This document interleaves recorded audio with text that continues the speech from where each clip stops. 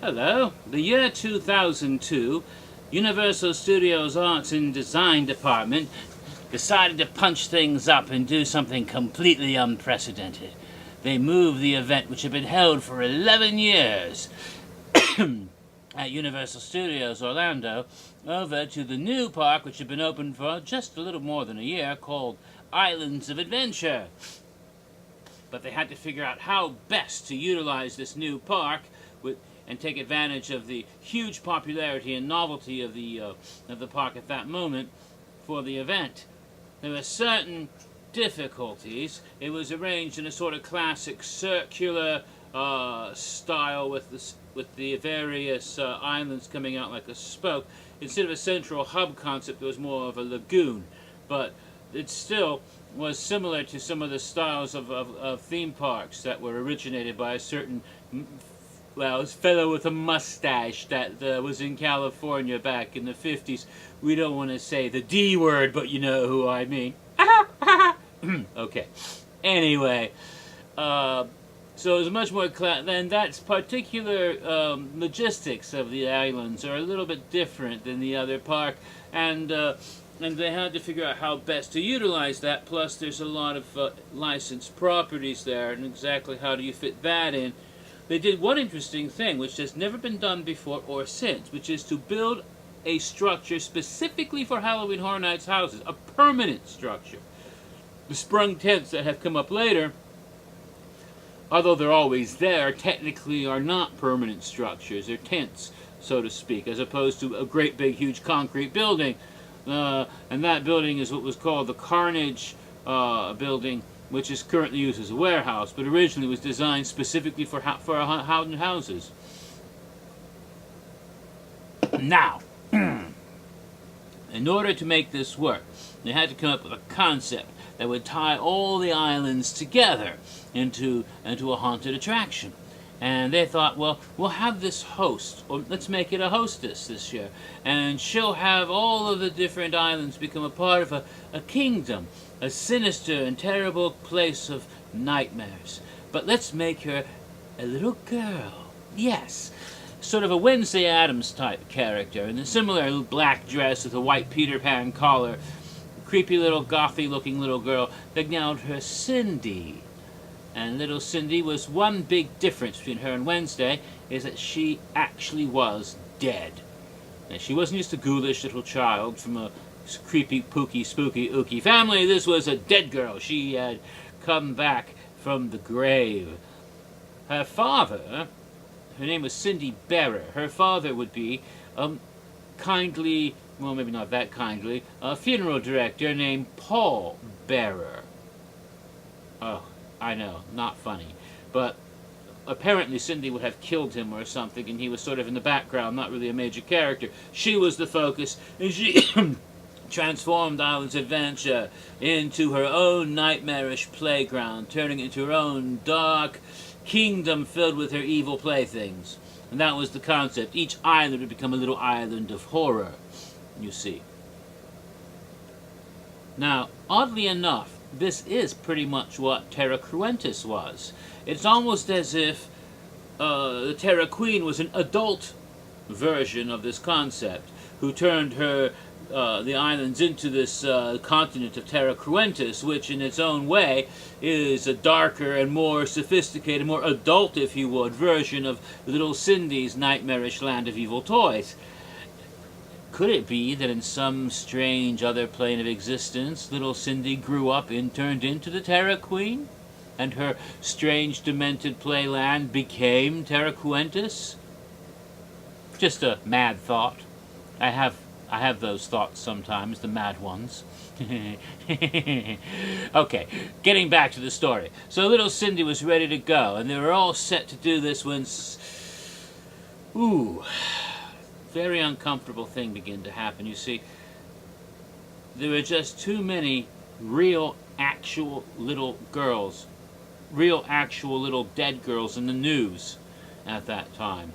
There were several terrible tragedies, terrible homicides occurring in the Central Florida area in 2002. It just struck too close to home, and for fear of offending somebody and sending the wrong message altogether. They decided that we'll have to not use Cindy this year, and they moved her out of the picture. But what would replace her? Well, we'll take that background character of Paul Bearer, and we'll move him center stage. But let's ditch that stupid name, Paul Bearer. That's silly. It's okay to have a pun name, but not, that won't do it. No, we have to make him scary. Let's see. So they picked a name that would have a scary undertone to it. They called him Dr. Albert Caine. And Caine, as you know, is a name that has some baggage. It goes back for thousands and thousands of years. Because you see, in the religious traditions of more than half the people on this planet, Jews, Christians, and Muslims alike, the traditions all say that way, way back in the beginning, it was a fellow named Caine who first came up with an idea which was called murder. Yes, he was the very first person to craft the art of homicide. Ooh.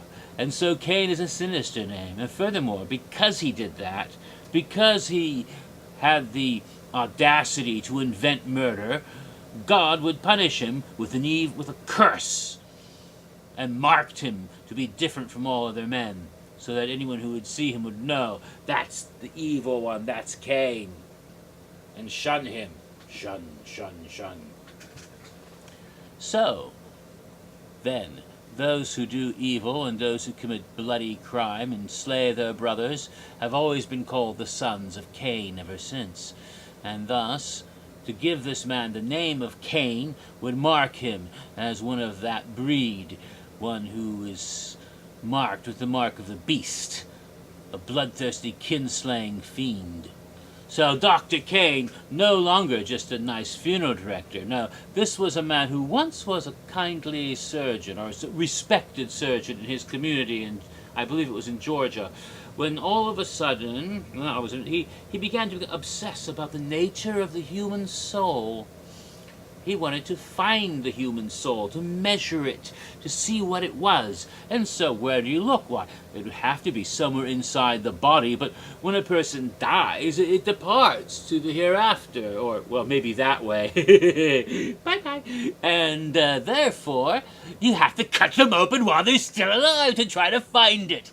And so he did that. He would do fiendish experiments as he took over the local mortuary. And dead people and those who were not quite dead, he would do terrible things to them.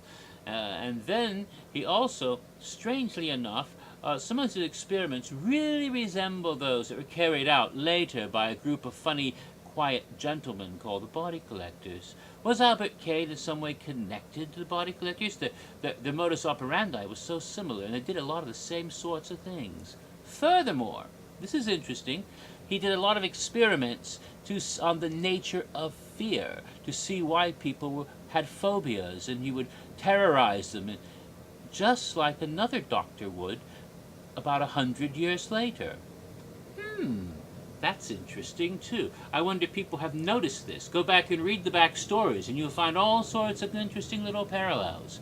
So Dr. Caine then set this up, and he began to attract followers, and these followers became sort of a cult, sort of a family. They wore white robes and marked their foreheads with the mark of Caine, just like the followers of Charles Manson would in the 1960s. In fact, they're very similar cults in a strange way. A cult following a morbid personality who dominates them completely.